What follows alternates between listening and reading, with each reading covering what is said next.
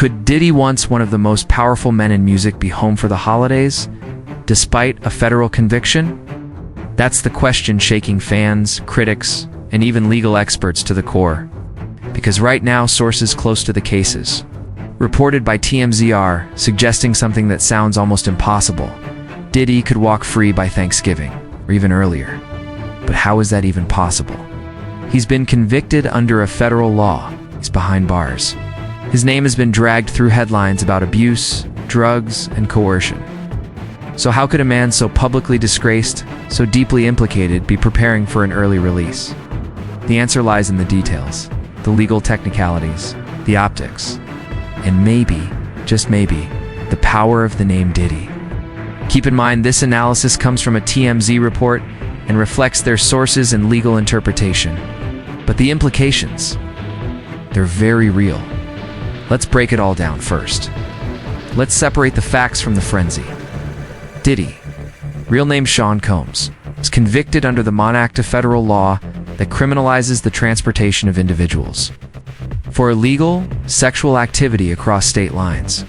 What many assumed would be a conviction for assault, coercion, or trafficking ended up being something far narrower. In fact, none of the most explosive allegations, beatings, manipulation, threats were part of the final conviction.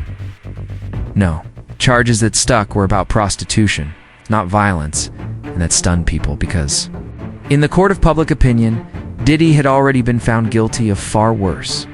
Whispers of abuse, surveillance footage, explosive lawsuits, testimonies that painted him as dangerous and controlling.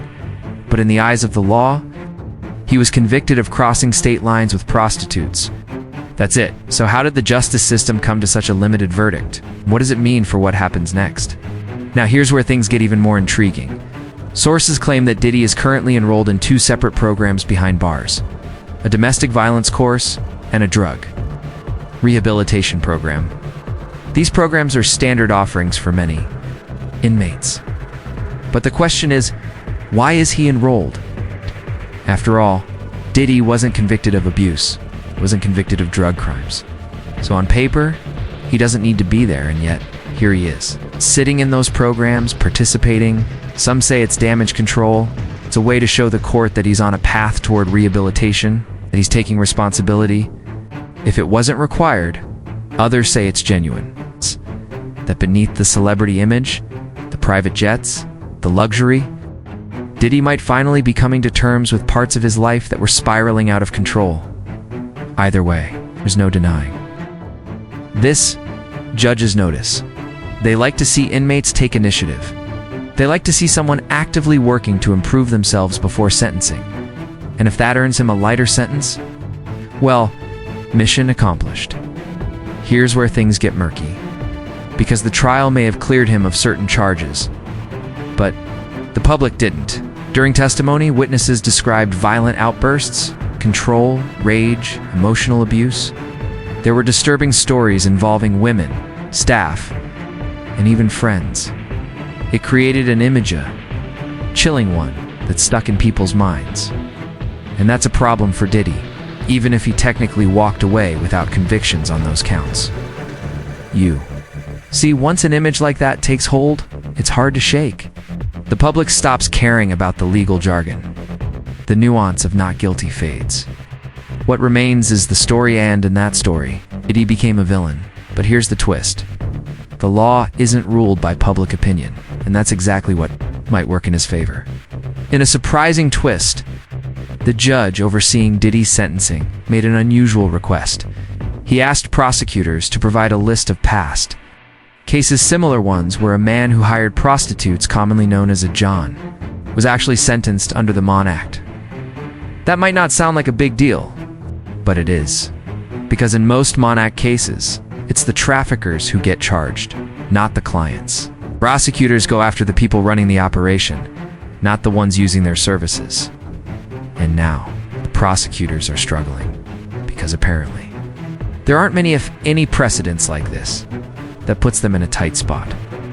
If they can't prove that other people in Diddy's position were sentenced similarly, they could be accused of something explosive.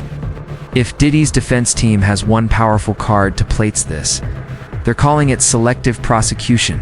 Their claim? Diddy's being singled out, targeted, made an example of. Why? Because he's famous, because he's rich, because the court of public opinion demanded someone pay for everything he was accused of.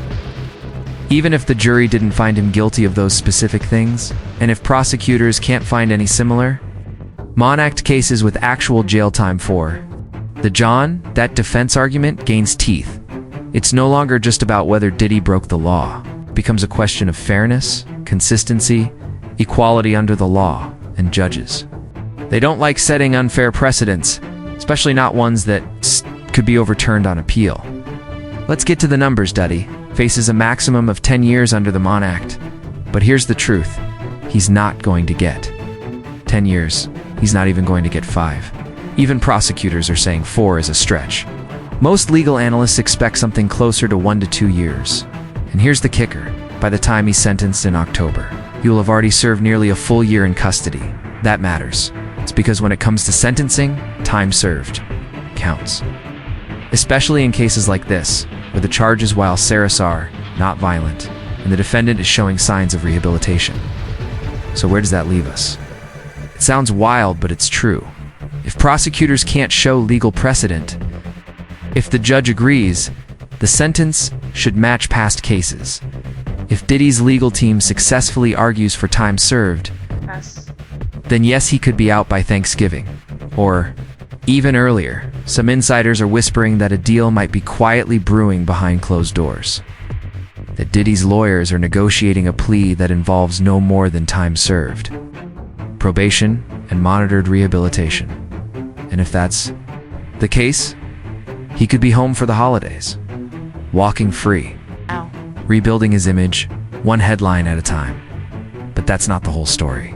Conclusion, celebrity privilege, or just the system working? So what are we really looking at? Is this a case of a celebrity skirting justice thanks to high priest lawyers and inside access? Or is this how the legal system actually works in heaven? Complicated and full of nuance. Because here's the truth. Diddy wasn't convicted of everything people assumed. He may have committed terrible acts behind closed doors, but the law only saw what it could prove. And now, the clock ticking toward sentencing? One of music's most powerful figures might walk out of prison before the snow falls. Some will say it's justice. Others will say it's a disgrace. But either way, he might be out by Christmas. And what happens next could be even more shocking.